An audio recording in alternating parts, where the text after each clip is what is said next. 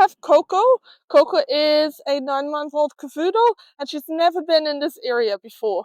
So the first thing I want to teach her is, what is leash pressure? So at the moment, when I put pressure on the lead, she doesn't really care about what is happening, or that I'm actually here and that I matter, right? Because she's so excited about the environment. So what I'm going to do is to game Silky Leash, and all I'm going to do is put some pressure on, and the moment she responds to me, yes, I'm going to mark it with yes when the pressure comes off the leash. Yeah, to teach her that when you feel this, yes, you come to me. And Koko does catch on really quick with things, so I don't expect too much problems for her here. Good. Yeah, so again, I put pressure on, yes, I put pressure on the leash, and I reward. You need to make sure you have a yes conditioned. If you do not know how to do that, make sure you check out my video on yes markers. I'll link it in the description. Yeah, again, put pressure on. Like, I don't even have to do anything anymore.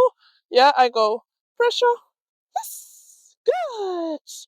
Move a few steps, yes, good. Yeah, it doesn't take long at all. All right, for the next few exercises, you are going to need some cones. Now, if you don't have road cones, you can use little cones from like the warehouse or Kmart, or you can use some rocks, just anything that you can use in your environment to mark out some very specific cones. So the reason we need the cones is because we're going to do a few walking exercises that forces your dog to pay attention to you, because you're going to change a lot of directions.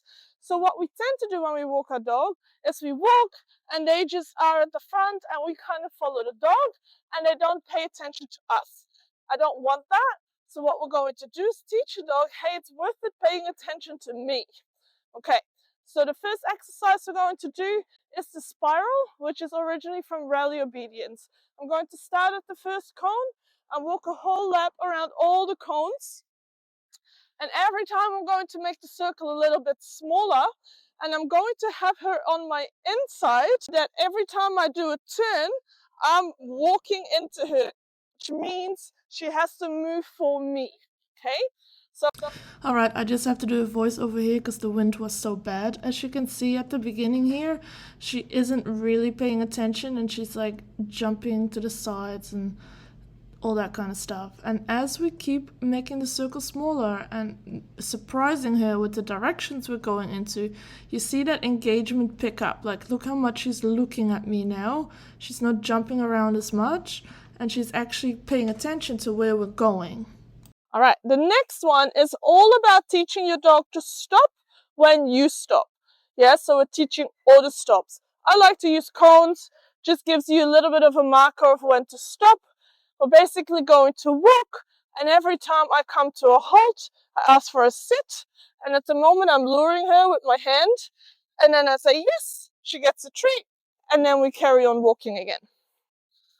So I start a little bit off my cone, I go walk, sit, yes.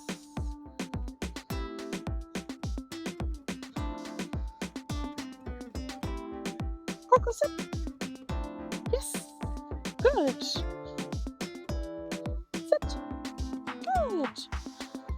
Koko, sit, nice. Sit, yes, yes,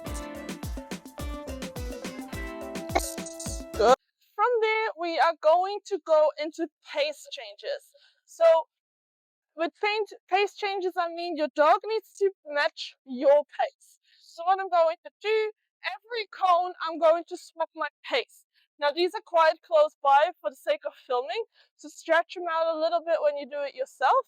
And I'm going to toggle between normal walk, slow motion, jog, and back again, right? And she needs to stick with me. She can't just run off in front of me, and I need to stay controlled, right? So I'm using my leash to show her where I want her to be if necessary.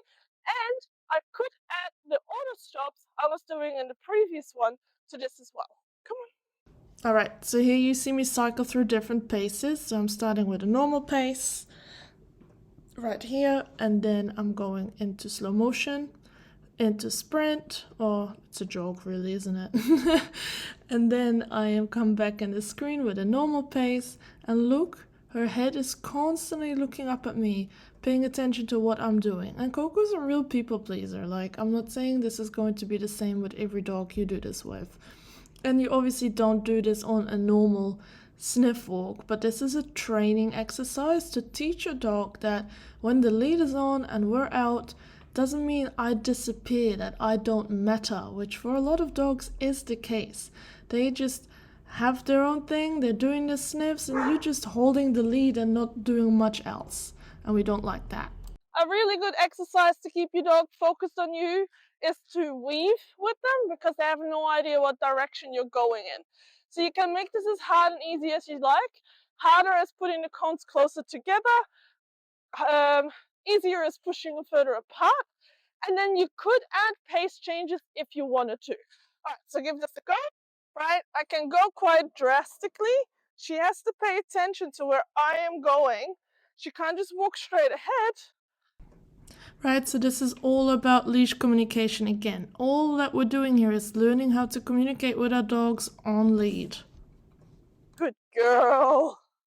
Yeah, nice work, Koko. All right, now I'm going to show you all of the same skills with Charlie. Charlie is a little bit less engaged even. And I'm just going to run through all of them and probably speed this up a little bit. All right, come on, buddy. All right, so here we have Charlie, and we're starting off with the spiral. Just, you can tell already, like, his nose is way more to the ground. He isn't really paying attention to me. I have to really turn into him and even give him like little tugs on the lead to make sure he's going in the right direction. I really got him right out of the car before this. So this is Charlie fresh. Like, see how distracted he is? And just keep watching him as he improves the longer we are doing this. And this whole video took 2 minutes to film, maybe, to go through all the walking drills in one go. And after those 2 minutes, the engagement was so much higher, so it's not that hard for you to quickly do that before you go onto a walk. From there, we move into the weave. I'm going really nice and wide. I'm hitting the grass, which I know is like a major distraction for him, but see, I'm using my body more than my leash even to make him move out of the way for me. Charlie is a dog that easily walks in front of your feet. So it's a good exercise for him to learn that, hey, look where I am so I don't step on you. Charlie, sit. Sit. Yes. Sit. Yes. One.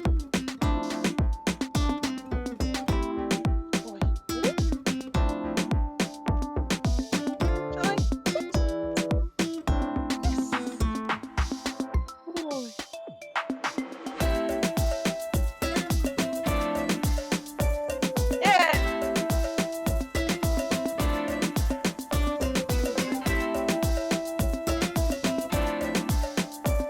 Nice! Yes, Charlie!